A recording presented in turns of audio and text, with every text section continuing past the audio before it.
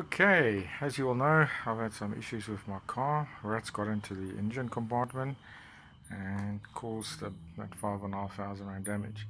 So I thought, well, I'll be very kind and provide the rats with an alternative sort of home where they can go and eat. So we'll crawl up here. That peanut butter will be open, so they'll go in there and whoop, oh, they fall inside there. So to be more kind, I said, okay, while they're there, we'll provide them with some water so that they can wash themselves while they're inside. And I think this is a great alternative. So once that thing is back and opened, the peanut butter, so that it'll eat, and whoops, oops, fall in there. And there's a bit of water for them as well to drink during the night.